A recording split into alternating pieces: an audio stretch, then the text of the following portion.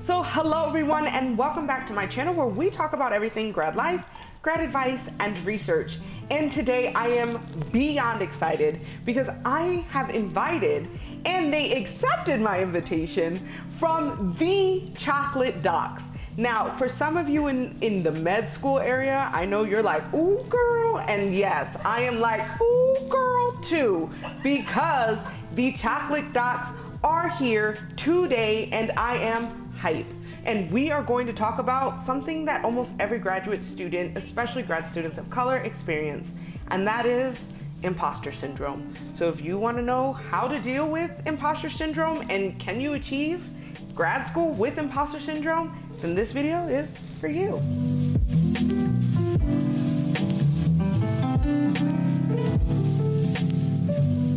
So, hello, Chocolate Docs. Hello. That was amazing. I know, I love that intro. We're gonna have to steal that. I do a lot of talking to myself in the mirror, you know? So it seems like I'm camera ready, but I'm just constantly like repeating things to myself. So I'm so excited to have you all here. Do you mind introducing, like, I did the Chocolate Docs thing, but how about talking about each one of you, your name, what year you are, and who you want to be when you grow up? So my name is Neka Madu. I'm a fourth year at UT Houston in Houston, Texas. And I'm one half of the Chocolate Docs. I'm going into anesthesiology. And yeah, I'm excited to be here.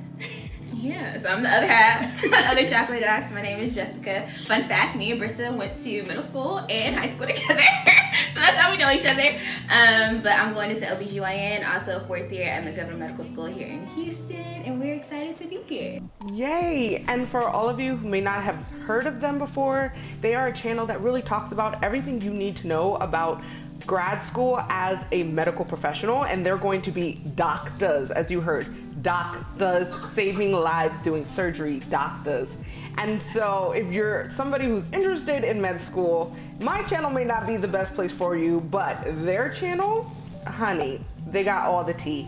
So if you are interested in that, I'll leave all of that in the description box below. But let's get into these questions.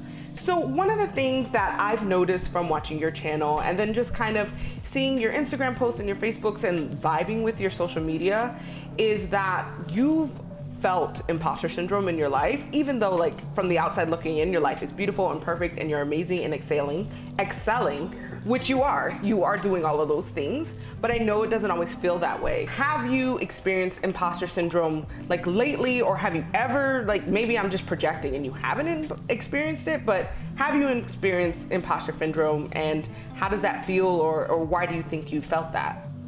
Oh, yes. That's an easy question. Yes. Every day, almost.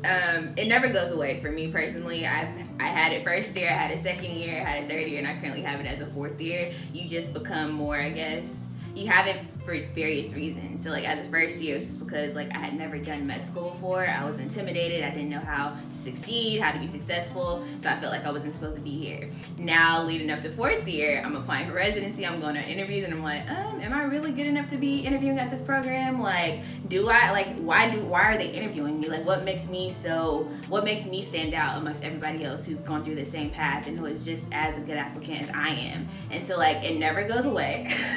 But you learn how to work with it and you learn how to cope with it. So for me, it's like, it's just having those affirmations like, yes, you do belong here. Yes, you're supposed to be here. Yes, you worked hard, if not harder than these other people. So you just have to constantly just like correct those negative thoughts and just remind yourself of like why you're doing what you're doing and why you are supposed to be there. And that's how I deal with it. But yeah, it never goes away from me.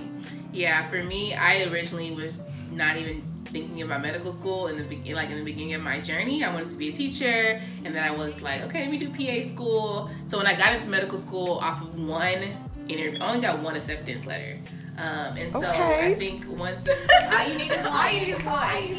I only got accepted into one PhD. All you need is one, and they cannot tell me nothing. Exactly. And the thing is, I think in the beginning of my journey, I was like, okay, I just got lucky to get into this one program. I had an amazing interview experience, but that's just like because we have the same background, and I just had all these excuses as to why I got the one acceptance letter. And I think that was what kind of harmed me in the beginning of my journey, and like building that self-confidence. And then over the years, getting to medical school, finding your support system, finding your people, you realize how everybody feels the same way.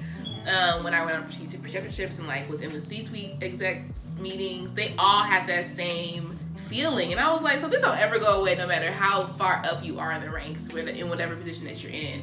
And so now going through interview season, I think it's more of affirmations that I've been getting on the interview trail, and like my mentors and just everyone just being so shocked that I do doubt myself. They're just like, girl, you are well equipped, you have the experience, you worked hard, and like you should really just be grateful and realize how far you've come. So I think, yes, it was harder in the beginning. I don't think it's subsided necessarily, but it's definitely calmed down a lot since I've seen myself on the other side of where I was at when I started first year of middle school.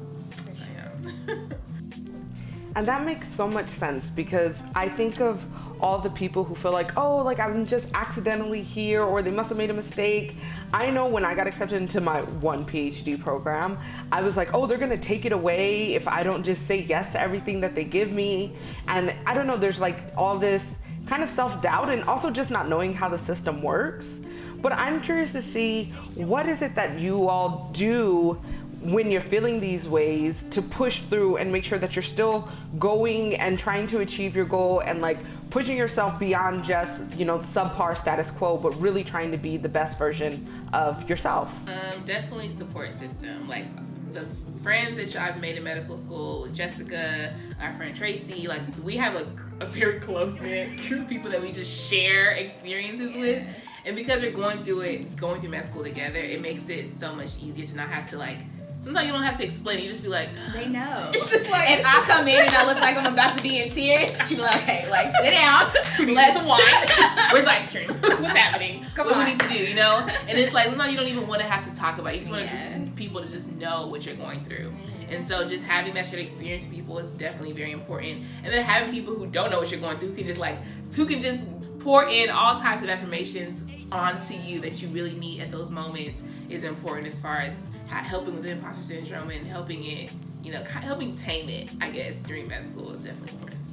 Yeah, for sure. All of what she said. If it's not my friends, it's my mama. I will call her, even though she doesn't know exactly what's going on. Like, she always knows exactly what to say. And I'm like, dang, like, that's what I needed in that moment. And so that, and just remembering my why. Like, why did I choose this journey? Why did I decide to become a physician? And it's to help serve the underserved and the vulnerable populations and the Black communities, the brown communities. And so once I realized, like, my why and my purpose, that gives me more motivation to keep pushing and keep going.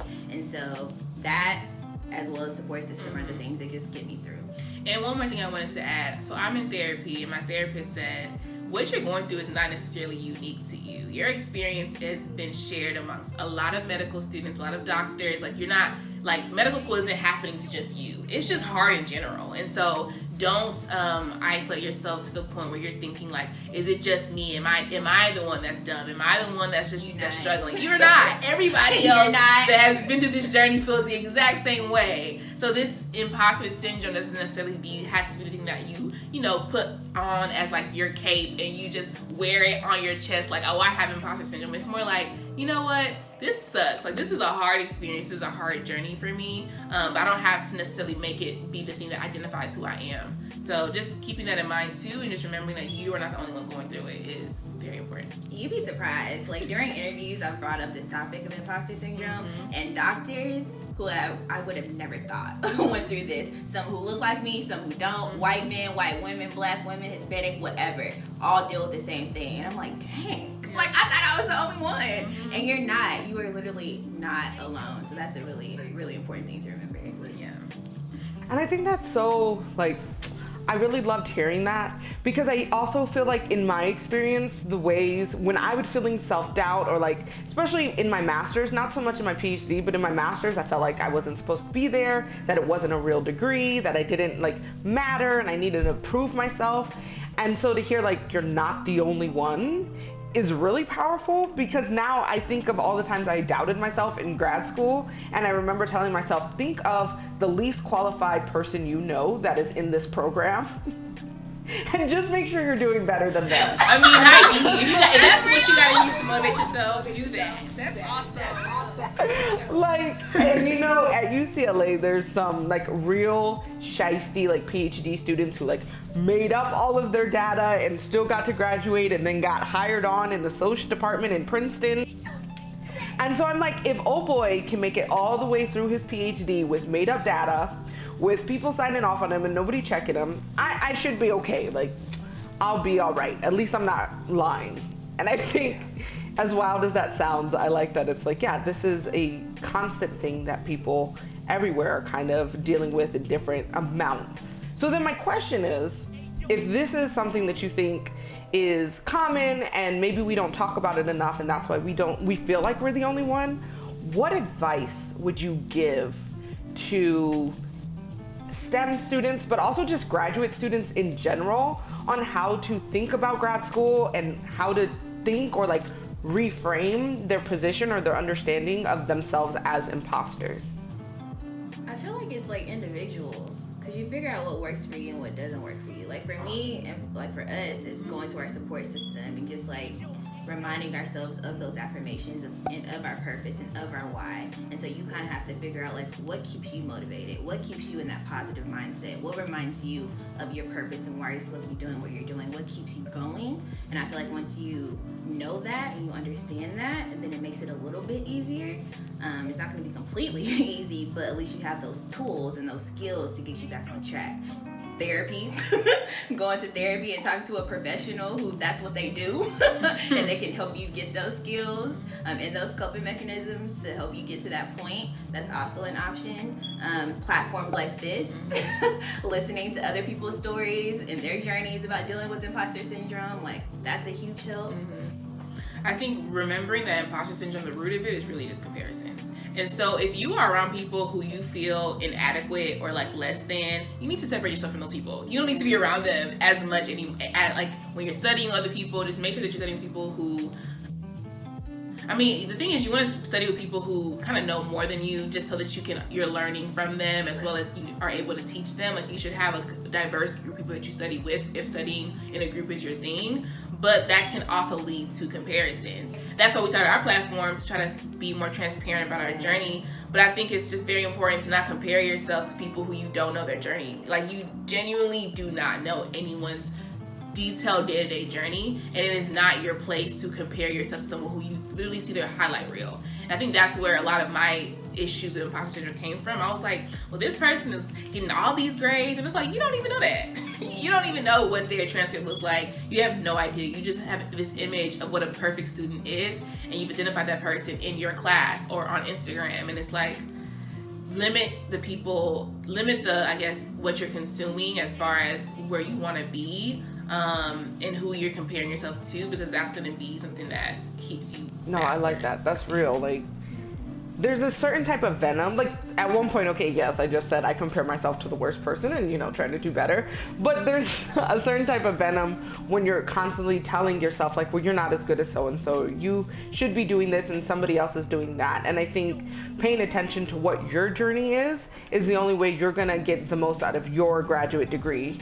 And like, for real, if we all have the same grad experience, then, I mean, the product of whatever we're trying to achieve, be it being doctors, medical doctors, surgeons, or like me, I want to be a humanitarian type person at the end, it's like our journey is going to impact who we become afterwards, and we shouldn't all want to be the same type of person. Don't do that negative self-talk or that, like, I don't know, like in your face, like you should be doing this, but really enjoying the journey. Well, thank y'all so much. This has been like so informative. Is there anything else that you would like to input into this conversation that you think would be mad valuable, or if you want to like do shout outs or whatever you got, like, this is your time now. This is your next shine. I support it. I feel like we were dropping gems throughout this whole thing. Just be yourself. Yeah. You're here on purpose. You've gotten into any professional school, grad school, undergrad, that job, you've gotten in for a reason. And, you know, it's a disservice to your journey and your experiences and people that you look up to you to not appreciate the moments. Live in the present. Don't focus too much on the past. Don't focus too much on the future. Just live in the moment and be appreciative of what you have right now. Definitely. I agree 100%. She said it all. See, I don't even have to do much. She reads my mind. Well, cool. Thank you so much. Thank you, Chocolate Docs, for coming in today and talking with us. And if you enjoyed our conversation today or recognize the Chocolate Docs, give us a thumbs up. So if you're interested in more grad advice, exploring more grad life, and learning everything research, subscribe. And as always, if there are any questions that we didn't answer or future videos that you'd like to see with the Chocolate Docs, leave it in the comments down below.